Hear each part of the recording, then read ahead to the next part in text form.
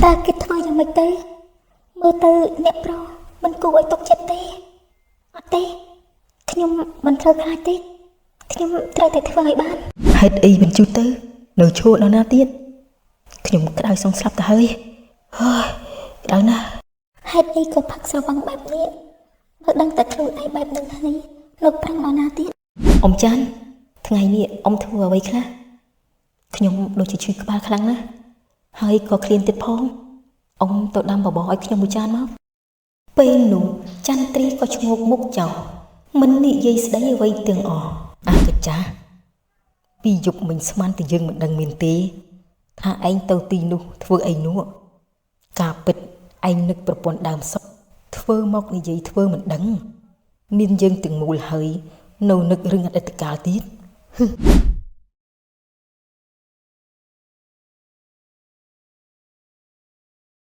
chặt trì con kịch cho bà hơi miền tây tha con tàu thưa niệm bầm rỡ nấp tiệt lục bằng gì mai mình chọn ai con tàu tê mai con bà rom ấy mình vô tê nhưng đừng mau cột mai vinh tai mùi năm tai bẩn nó pe đại nhưng thưa ca xong mà nói kia hay nữa nhưng đừng chấp đam xa chỉ thay vinh pe nữa nhưng mình ai mai bị bạ tiệt tê pe đại nhưng mình nơi mai chui mơ thay phục phong ôi mai xong tàu phong là con đại mai nè thưa ôi con bị bạ con tới ôi ban sọc bài cho chắp bị sai đi từ con lên nói chỉ mùi mai tiệt hơi con mơ thay khuôn phong cha mai tơ sầm rạ cho nhưng tơ sầm rạ hơi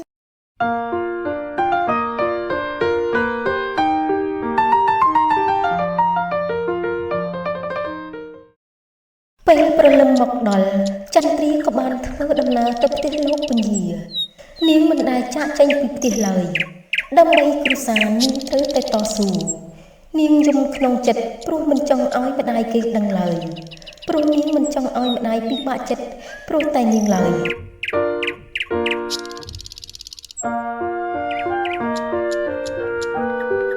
លោកពញាខ្ញុំនាំនាងមកដល់ហើយលោកឯងធ្វើការចោល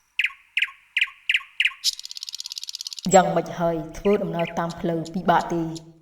បន្តិចទៀតនេះខ្ញុំនឹងឲ្យអ៊ំចាន់មកថ្ងៃនំកាំងនេះឲ្យធ្វើចាលោកពញានេះឯងនិយាយតែប៉ុណ្្នឹងមែនទេគ្មានអីត្រូវនិយាយមែនទេ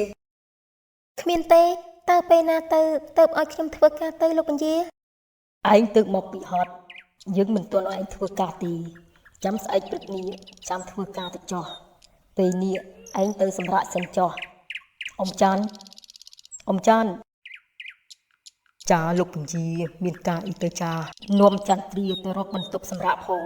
ស្អែកព្រឹកនេះណៃនាំការងារឲ្យទីធ្វើផងចាលោកពញានាងមកតាមខ្ញុំមក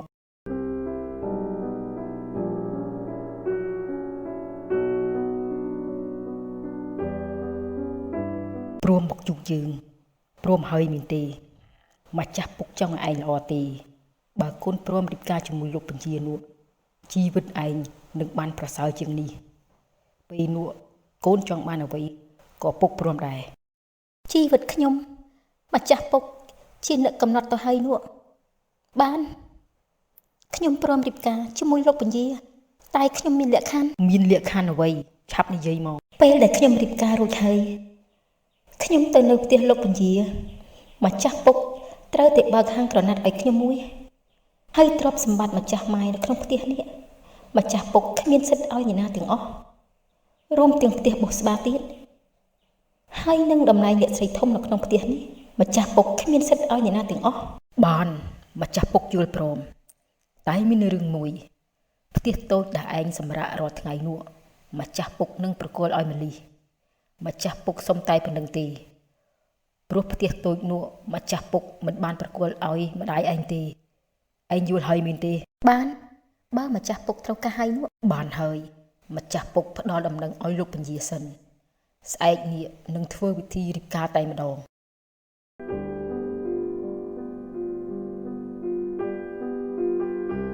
ពេលព្រឹកព្រលឹមមកដល់លោកពញាក៏ប្រញាប់ប្រញាល់តែងខ្លួនទៅផ្ទះលោកអម្ចាស់ដើម្បីចូលស្ដីដណ្ដឹងរៀបការតាមប្រពៃណីចំណែកផាលីនវិញមិនចង់រៀបការឡើយគេមានតែទ្រាំទាំងក្តីសោកសៅតែប៉ុណ្ណោះ ពេលវិធីចាប់សពគ្រប់អស់ហើយលោកពញាក៏បាននាំផាលីនទៅផ្ទះរបស់ខ្លួន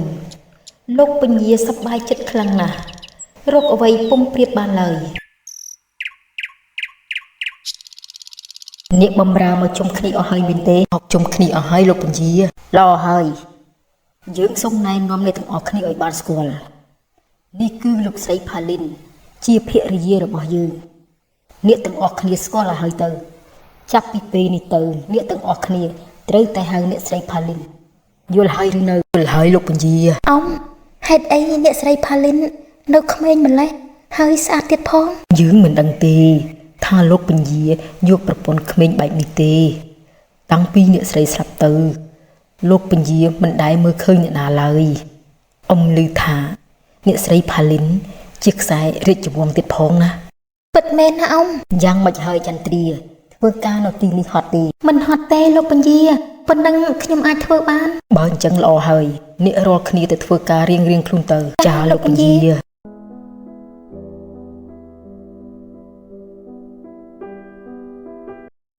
អាផាត់នេះឯងមកពីណាឯងផឹកស្រាមែនទេពកថ្ងៃនេះជាថ្ងៃរៀបការរបស់ពកខ្ញុំទៅសប្បាយបន្តិចបន្តួចទៅមានខុសអីទៅពុកមិនសប្បាយចិត្តទេដែលពុកបានប្រពន្ធនោះពុកចុះឯណាប្រពន្ធពុកបានហើយឯងឆាប់ឡើងទៅសម្រាប់ទៅឯងស្រវឹងហើយ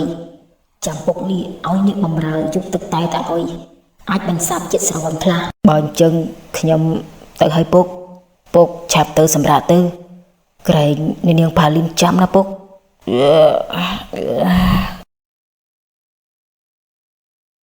ហើយអាកូនម្នាក់នេះផឹកស្រវឹង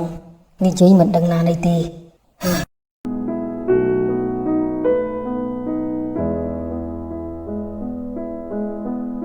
ចន្ទ្រីឯងយកទឹកតែនេះទៅឲ្យអ្នកប្រុសជំនួសអ៊ំផងព្រោះអ៊ំថ្ងៃនេះមិនសូវស្រួលខ្លួនទេតើបានទេបានតាអ៊ំចាំខ្ញុំយកទៅជំនួសអ៊ំសម្រាប់ចុះអរគុណហើយណាចាអ៊ំ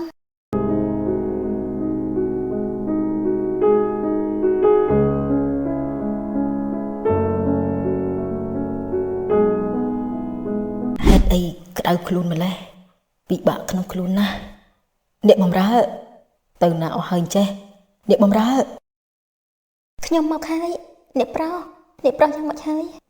ខ្ញុំយកទឹកតែឲ្យអ្នកប្រុសហូបបន្តិចទៅនាងជាអ្នកណាគេហេតុអីក៏ខ្ញុំមិនដែលឃើញអញ្ចឹងឬមួយនាងជាអ្នកបំរើថ្មីបានខ្ញុំមិនដែលឃើញចាពិតមែនហើយខ្ញុំជាអ្នកបំរើថ្មីអ្នកប្រុសក្រោកមកហូបទឹកតែបន្តិចទៅក្រែងបាត់ស្រវឹងខ្លះណាលោកពុកជ្រើសអ្នកបំរើថ្មីហេតុអីក៏យើងមិនដឹងមើលទៅនាងក៏ស្អាតដែរតើនាងមកធ្វើការយូរហើយនៅខ្ញុំធ្វើការនៅទីនេះ 4-5 ថ្ងៃហើយអ្នកប្រុសបើអ្នកប្រុសមិនកើតអីទេខ្ញុំទៅវិញហើយអ្នកណាឲ្យនាងទៅខ្ញុំមិនទាន់អនុញ្ញាតឲ្យនាងទៅទេខ្ញុំមានអារម្មណ៍ដូចជាក្តៅខ្លួនណាស់នាងយកទឹកមកជូតខ្លួនឲ្យខ្ញុំបន្តិចមកក្តៅណាស់បើអញ្ចឹងអ្នកប្រុសចាំមួយភ្លេតទៅចាំខ្ញុំយកទឹកមកជូតខ្លួនឲ្យពេលនោះចន្ទ្រាភ័យនឹងញួរខ្លួនណាស់នាងមិនដែលជួបពីមុនឡើយ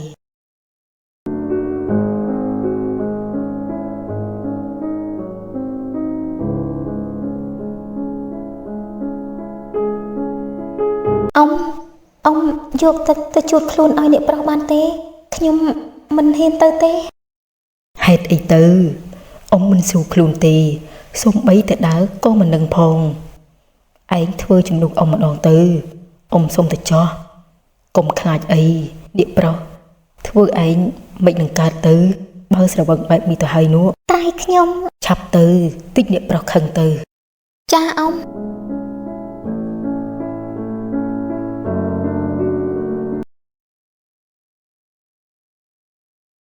តើគេធ្វើយ៉ាងម៉េចទៅមើលទៅអ្នកប្រុសមិនគួរឲ្យទុកចិត្តទេ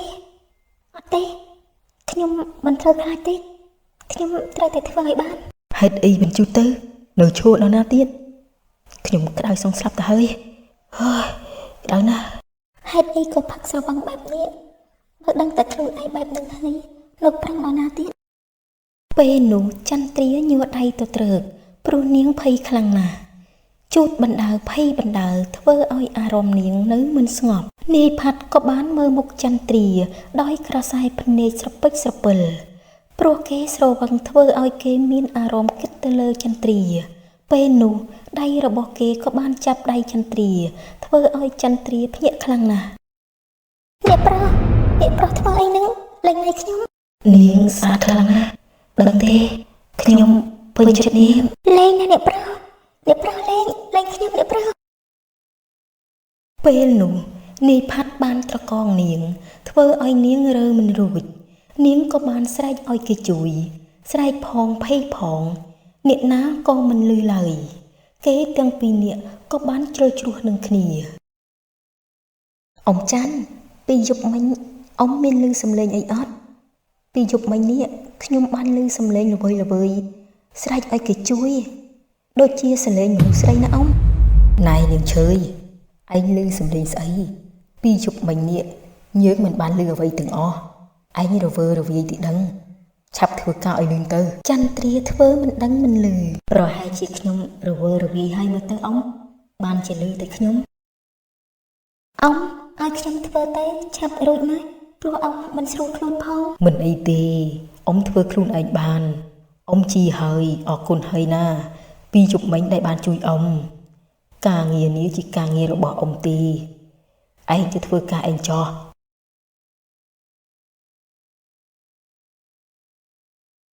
អ៊ំច័ន្ទថ្ងៃនេះអ៊ំធ្វើអ្វីខ្លះខ្ញុំដូចជាឈឺក្បាលខ្លាំងណាស់ហើយក៏ឃ្លានទៀតផងអ៊ំទៅដាំបបរឲ្យខ្ញុំមួយចានមកពេលនោះចន្ទ្រាក៏ឈ្ងោកមុខចោលមិននិយាយស្ដីអ្វីទាំងអស់ព្រោះតែពីរឿងយប់មិញធ្វើឲ្យគេឈឺចាប់ខ្លាំងណាស់នាយផាត់ក៏មិនសួរនាំអ្វីទាំងអស់ព្រោះរឿងពីយប់មិញគេមិនបានដឹងអ្វីទាំងអស់ចន្ទ្រាឯងទៅដាំបបរឲ្យអ្នកប្រុសទៅហើយយកឲ្យផងពេលដែលយកឲ្យហើយចាំទៅធ្វើការចោះចាអ៊ំគឺខ្ញុំយ៉ាងម៉េចឯងកើតអីហា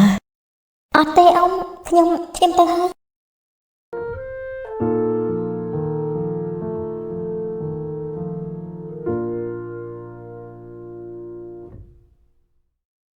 ហេតុអីពីយប់មិញខ្ញុំចាំអីមិនបានអញ្ចឹងតើខ្ញុំបានធ្វើអ្វីខ្លះទៅខ្ញុំចាំបានថា